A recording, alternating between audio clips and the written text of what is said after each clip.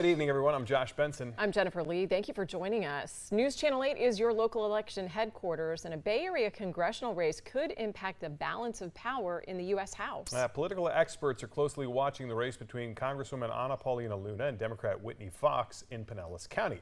News Channel 8's political reporter Ty Russell's here with us in studio tonight. Well, Josh and Jen, District 13, which covers most of Pinellas County, is a Republican-leaning district.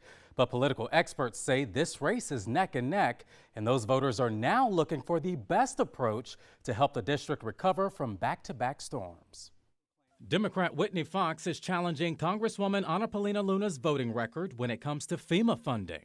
Fox spoke about it during a recording of political show Battleground Florida. She has repeatedly voted against funding like things like FEMA, disaster relief, things that our constituents desperately need. Before Congress recessed, Luna voted against the spending plan that funded several federal programs into December, and it included billions for disaster relief.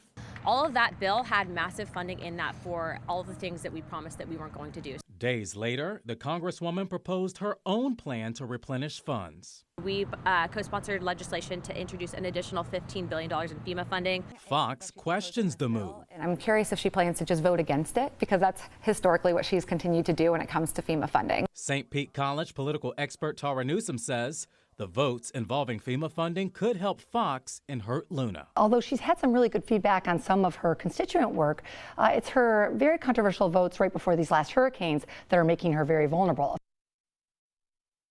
And this is an expensive race that has raised a combined more than $5 million. And you can hear more about the District 13 congressional race this Sunday morning at 9:30 on Battleground Florida. Jen? It's interesting that both of these candidates have very different approaches about how they're trying to, tackle the issues that they think are important for voters. Exactly. Very different approaches. The Congresswoman admits she's focused on federal issues like immigration and student loan interest.